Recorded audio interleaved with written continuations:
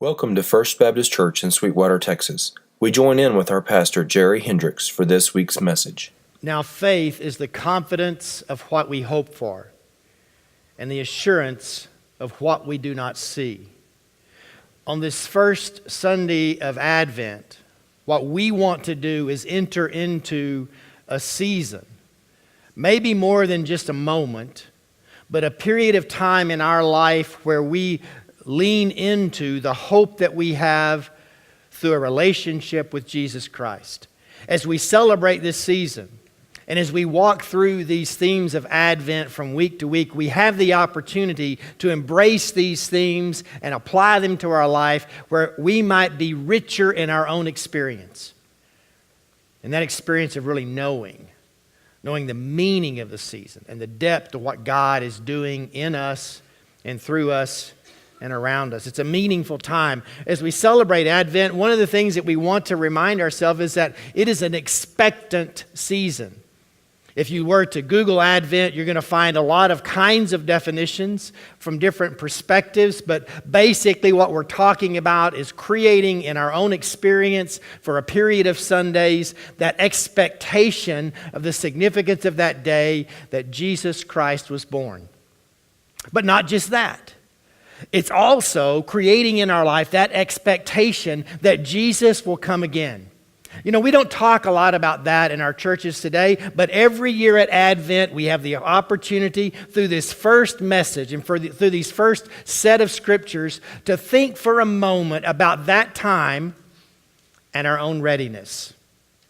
We celebrate a birthday, an anniversary of the birth of Christ, and also lean into that hopefulness that we have of Christ coming again. We do that in a variety of ways to help us to enter into that season. In part, it's through the decorations that we have. If you'll look in your program, a lot of that information is written out for you so that if you're not familiar with some of the traditions or some of the meanings, you can understand that just a little bit better about why we decorate a room with greenery, why we have lights, why we have color, and finally, why we have this set of candles that's on this table before me. Each one of these candles represents one of the themes of Christmas, of Advent. And the center candle, the white candle, is that Christ candle that we'll light together on Christmas Eve during our worship service that evening. This morning, we've asked one of our young families, the Ferguson family, to come and to light the hope candle. Richard and Caitlin have been a part of our church for some time, at least for the few years that I've been here. Macy and Meredith have grown up here. And Mac, who's 3 weeks old today, something like that, we hope also grows up here. Beautiful family. They're going to come up here with me. That's fine.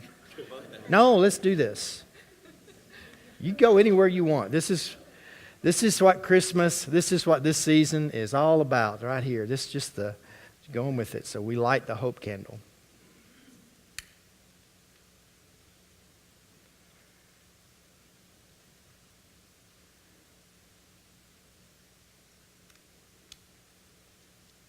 Thank you. And the story we tell is that Mac lit the hope candle on his first Sunday with us of Advent. We're excited about this opportunity to celebrate this week in and week out over the weeks ahead. And we also included in your worship guide some of the scriptures. If you want a daily reading, if you're not currently using anything, there's some of those texts there that will help guide you through the specific themes that will help us, each of us, in our own experience of growing and understanding Christ together. This morning, I want to read that passage where Jesus talked to his disciples about his coming again. It's in Mark chapter 13. It starts in verse 24, the portion that I'll be reading. If you have a text with you this morning, you can turn there. I think the words will also be on the screen for us. Mark chapter 13, starting in verse 24. But in those days, following that distress, the sun will be darkened, and the moon will not give its light.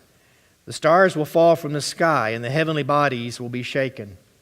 At that time, we will see the Son of Man coming in clouds with great power and glory. And he will send his angels and gather his elect from the four winds, from the ends of the earth. to the ends of the heavens. Now learn this lesson from the fig tree. As soon as its twigs get tender and its leaves come out, you know that summer is near.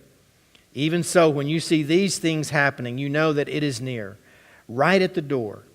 Truly, I tell you, this generation will certainly not pass away until all these things have happened. Heaven and earth will pass away, but my words will never pass away. But about that day and hour, no one knows, not even the angels in heaven, nor the Son, but only the Father. Be on guard. Be alert. You do not know when that time will come. It's like a man going away, and he leaves his house, and he puts his servants in charge, each with their assigned task, and tells the one at the door to keep watch. Therefore, keep watch, because you do not know when the owner of the house will come back, whether in the evening or at midnight, or when the rooster crows or at dawn. If he comes suddenly, do not let him find you sleeping. What I say to you, I say to everyone, watch. We want to center our experience in hope in this watchfulness. But here's an observation. We're not really good at that. I mean, Jesus uses a practical illustration for us that maybe if we really begin to understand it, we can put ourselves in that watchful kind of position. But here's what I've noticed, is that we're good at watchfulness for a period of time. That's why we have to have these reminders year to year or time to time so that we can embrace a watchfulness in our spirit on a consistent basis. It's part of us being in this faith together. I've discovered over this last year that life is in the waiting. Faith is in the waiting. What happens to us when we feel as if God gives us a promise? It's a promise that's clear to us.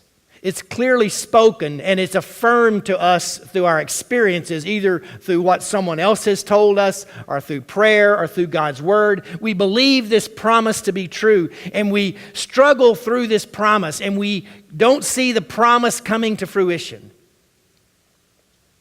And so we wait. I found myself this last year in that kind of experience, knowing that the promise of God was there, not seeing it beginning to happen, and I find myself waiting. Out of frustration, I really had come to kind of my wits' end on what to do about this. And so as I entered into this experience one morning through my time with God, I began to question God and ask God how I could best prepare myself for this waiting experience that I was going to have. And when the word waiting come to my mind, that's when it all came together for me. And I came into my office, and there's a whiteboard that's kind of hidden to everyone else, but I can see it. And on that whiteboard, I wrote these words, that life is in the waiting. Hope is about waiting. Watching is about waiting. This experience that we want to enter into through an Advent season is about waiting. It's the story of the people of Israel. The promise was that God would give them someone who would come and redeem them to himself. He would restore Israel. And through that promise, they began to look expectantly, watchfully, hoping that this person would one day come and that they would one day receive a king unlike any other king. And they were hopeful for a king. They asked God for a king. And God gave them numerous kings, but none of them was able to restore them to the place where they felt like that they ought to be. They were hopeful. They were watchful for a leader. They believed that this Messiah that would come would be one that was unlike any other, and he would usher them into this place that they began to dream of and think about and hope for. They were looking for a change agent. Someone who would come in and just change the game. So they would no longer, as Israel or as the people of God, be looked down upon. They would no longer be defeated. They would no longer have to struggle through this process of waiting, but they could experience that Messiah. It was the hope of an expected gift. It was that thing that God had promised them and that they were waiting for and watchful for, but had not yet come to be in their life. I think we have those experiences ourselves. The gift of God to Israel did not come as a king or a leader or a change agent. It came as a prince. Now, if you're expecting a king and God gives you a prince, it would seem as if God missed the mark. God gave them a king through a prince whose name was Jesus. He gave them a baby. That was not what they were expecting. It was the expected gift of God, though. And that expected gift would change their life and the course of their life together forever. God arrived, or Jesus arrived, in a God-like, usual way. In a God-like, usual way. It wasn't an unusual way. If we were to look at that and we were to be praying for a king and feel as if God had promised us a king and he sent a baby, we would think that's unusual. But in God's usual way, God acts in God-like ways, so that when we look and see what God does in our presence, we can worship him because he does things his way. This hope is also developed in the reality of the unexpected gift. You see, the unexpected gift is a risky gift. You know, it's always interesting. I can't help but think this time of season when it's time for us to start buying gifts and getting ready for Christmas time and going through that process. And I will tell you that even though it is chaotic, it is a process that I embrace. It's a process that I enjoy. It's one that I have fun with. Several years ago, I think it was 3 years ago, our children are adults now, and so it's a little different buying gifts for them, and I'm not going to be one of those who purchases only gift cards, even though I think that's completely appropriate. I mean, at their stage, they'd just rather have cash, right? Or make a car payment for them, do something nice like that, just something real practical. But I was still looking for those gifts and those unusual gifts. And so I worked hard at it. And we make lists and we do that whole thing together. But there's got to be those gifts in all of the gift giving that are unexpected, right? Okay, if you don't agree, I'm just telling you that there ought to be an unexpected gift. Write that down. Prepare for that. Try that. Wear that on. So I had this idea. My daughter, Sarah, she's a teacher. She's been teaching for 3 or 4 years now. I guess it was her first or second year to teach. But she's an adult, so she's a college graduate. And I had this idea. She loves to work out. She works out hard. She's a machine. She has done, I think, a 5K every month this last year with one of her friends, as well as a couple other races. I mean, she sets the pace for our family in terms of fitness and exercise. And but we have these friends that have bicycles. And so I knew that she had gone out there to their farm and rode bikes with them. They just moved out to the farm out near Merkel. And so I had the idea. I thought, what if I bought her a bike? Well, here's the deal. A bike for a kid could be inexpensive. I really don't know. I haven't bought one in a long time. But a bike for an adult is pricey.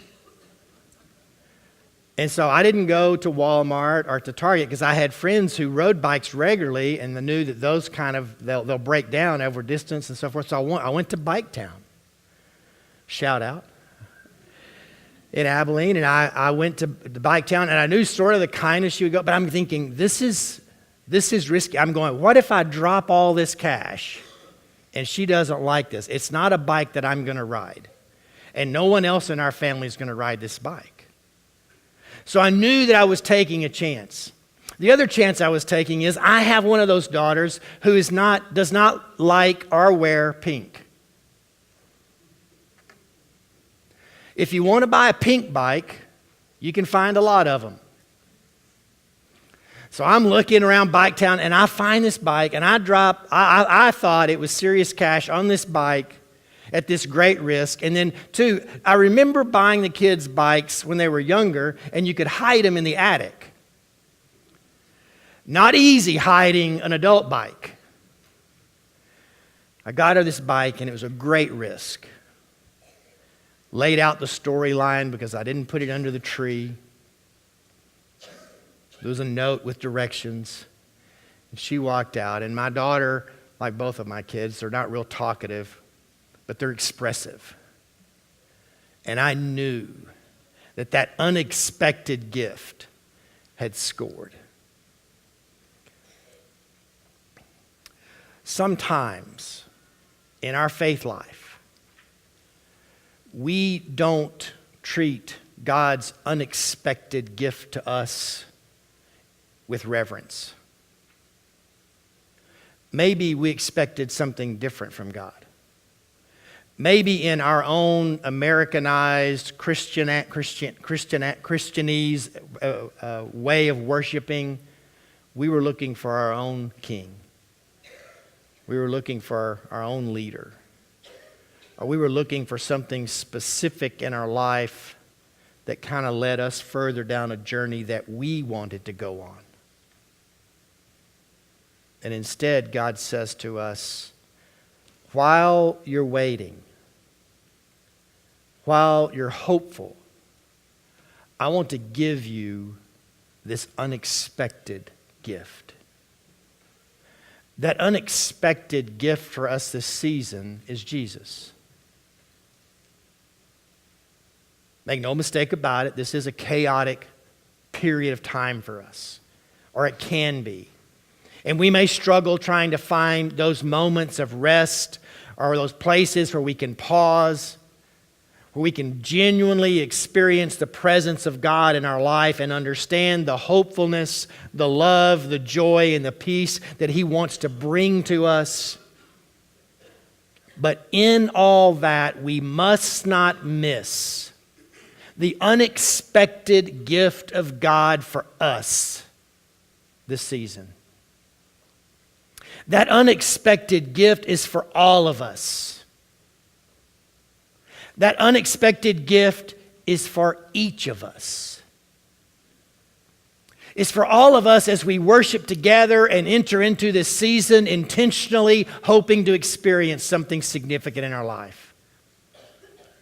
But it's also unexpected to us, to each of us, as we personally embrace our relationship with God through Christ and see what it is that God has new for us.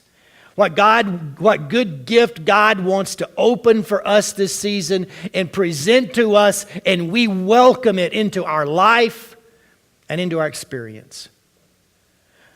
Hope comes in the waiting. And the invitation today is for us to enter into the waiting that God has for us. Turn your attention toward that for just a moment, for just a period of time, and see how God blesses you with those unexpected gifts. They're risky gifts. Israel struggled with this risky gift. In fact, we might even say in sort of a crass kind of way, they weren't crazy about the gift. They struggled with it. Maybe we might even say that if it were up to them, they might have taken this gift, this unexpected gift that God had given to them, and they might return that gift. It was not the gift that they were expecting. How do you respond to God's unexpected gifts in your life? Can you embrace those gifts? Can you embrace them for what God has intended them to be for you, for each one of us? And then see what God can continue to do through us with those gifts that He provides. This Advent season, this season of hope is about these gifts, this expected gift that God gives, that only God can give. This unexpected gift that we receive, and we know that it's risky, but we enter into this relationship receiving this gift. And then we come to that place as His people where we begin to understand gifts received and gifts given. You see, that gift received is that gift that God has given to us through His Son, Jesus Christ, that relationship that we have. So regardless of where we find ourselves in this season, whatever is missing from our life, whatever it is that we want to add to our life in this moment, God's gift to us are those things. And those are gifts received. Those are the things that God has promised us that we're still in the waiting, have not been revealed to us yet. They're those gifts that are just around the corner for us, just ahead of us, all around us. But we receive those gifts, and we embrace those gifts, and we enjoy those gifts, but it's all centered in our relationship to Jesus Christ. You see, this is a time where you can't really escape all this. You can try. You can dress it up in red and white. You can dress it up in a lot of activities, a lot of fun stuff. But one way or another, you're going to come across this person, Jesus. Because Christmas is his story. It's his story. Those are the gifts received, but there's also those gifts that are given. And we know the spirit of giving is a fun experience, right? It's fun getting to go out and to entertain this opportunity that we have to bless someone else by a gift that we've given them. Maybe not just a family member, but maybe it's a surprise gift. Think about the gifts that God has given you and how you can gift others. Remember several years ago, there was a coffee shop where someone pulled through the drive-thru, and upon paying for their coffee, they paid for the person who was behind them. When the next person pulled up to the window, they found out that their order had already been paid for, so they simply paid for the person behind them. We came to know that experience as pay it forward, right? You see, God's gifts are intended to be shared. Whatever it is that God has given you, however it is that God has gifted you, those gifts are not intended for you to use selfishly, but they're given to us to share as well. And so I believe that as we walk together in this waiting experience, sometimes just as difficult as it is to purchase a gift for that meaningful person in your life or your family, it's just as difficult sometimes for us to enter into that experience of knowing how we share those gifts that God has given to us with someone else. But I believe we can do it. I believe that we can be a part of everything that God gives to us this season. Receiving the expected gifts of Him, embracing the unexpected gifts, and enjoying the opportunity to gift others. This is a very easy time, a very easy season to get to know Jesus. Let's just do that. We're going to have a song together and a time of response. And while we do that, we invite you to respond to God in whatever way that you need to do that. Whether it's reflecting on the gifts that He's given you or how it is that you may share your gifts with others. You let your life be exposed to Him in these next few moments as we sing and worship together. Let me lead us in prayer. Let's go ahead and stand and I'll lead us in prayer and then we'll sing. Thank you for joining us at First Baptist Church. We hope you can join us again, online or in person, in Sweetwater, Texas, as we learn to live out God's calling in the world around us.